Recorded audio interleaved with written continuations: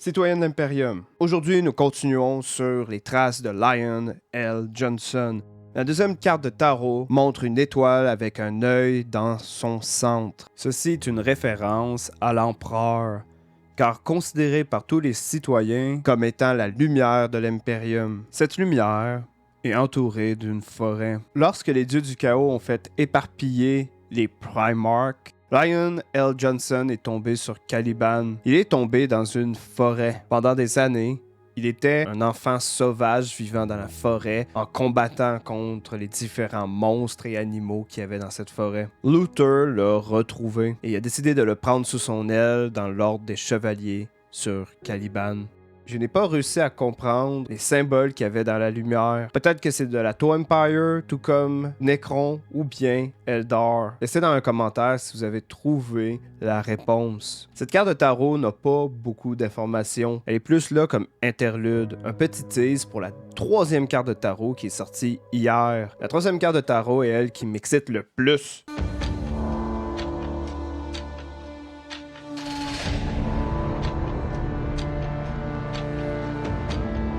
The Knight.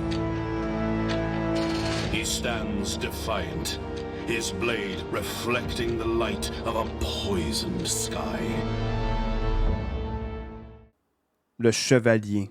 Et avant cela, Palandor, qui signifie paladin. Je crois que ce chevalier est Lion L. Johnson. Les ailes sur le bord de son casque. Et non seulement cela, une petite indication sur le bord de la carte. Une sorte d'anneau. Si nous regardons la figurine de Lion L. Johnson, nous pouvons voir qu'il y a le même anneau derrière son armure. Cet anneau symbolise les chevaliers. Mais aussi, il me semble, et je peux peut-être me tromper, cet anneau est un force field, un système qui permet de protéger son hôte, un bouclier. Mais peut-être que je me trompe, vous pouvez me rectifier si c'est le cas.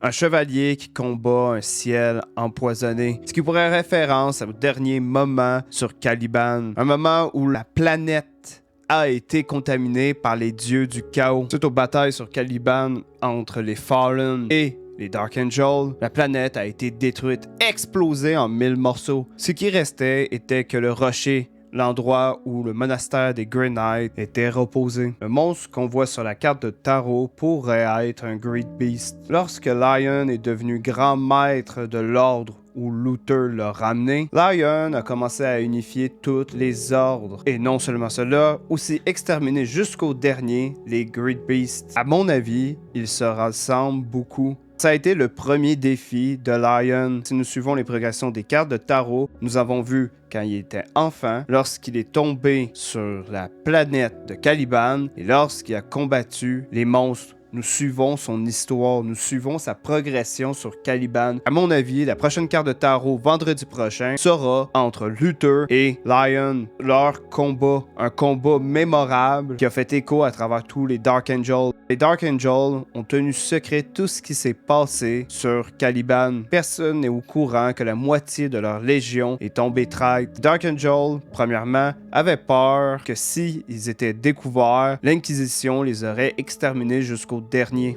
Le deuxième point étant qu'ils voulaient se racheter au nom de l'empereur. Pour cela, ils devaient exterminer jusqu'au dernier les Fallen. Un travail qui n'est pas encore terminé aujourd'hui. Mais ce n'est pas tout. Le week-end passé, Game Workshop a annoncé le troisième livre des Ark of Omen. Vashtor, maître de la forge du chaos, va attaquer le monastère des Dark Angels. Un assaut que si nous nous fions aux dernières informations ne réveillera pas forcément Lion, mais sera le point catalyseur des Dark Angels pour le faire réveiller, pour le faire sortir de son sommeil. Je n'ai pas encore le livre, mais lorsque je l'aurai, je parlerai de ce qui s'est passé dans ce siège. Le deuxième point qu'ils ont présenté est Farsight, un héros de la Toe Empire. Farsight, de son vrai nom, Chaz Ovior La Chova Kai Montir. Désolé si les fans de la Toe, si j'ai scrappé son nom. Plus communément appelé Farsight, est un renégat de la Toe Empire. Il est considéré par certains comme un héros, comme par d'autres comme un ennemi, un traître. Il contrôle un secteur des Farsight Enclave, qui est un peu un secteur à part de la Toe Empire. Si nous regardons sa figurine qu'ils ont présentée le week-end passé, nous voyons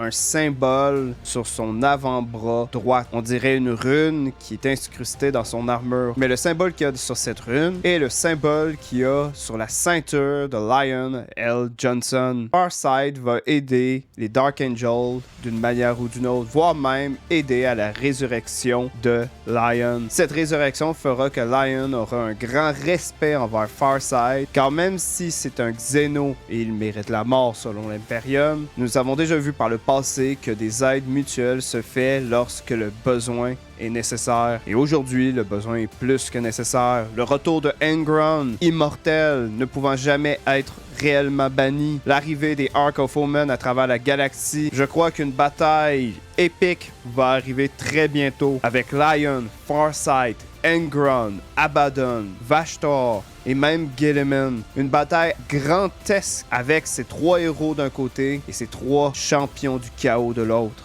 Le sort de l'Imperium est devant notre porte. J'ai très hâte de le vivre.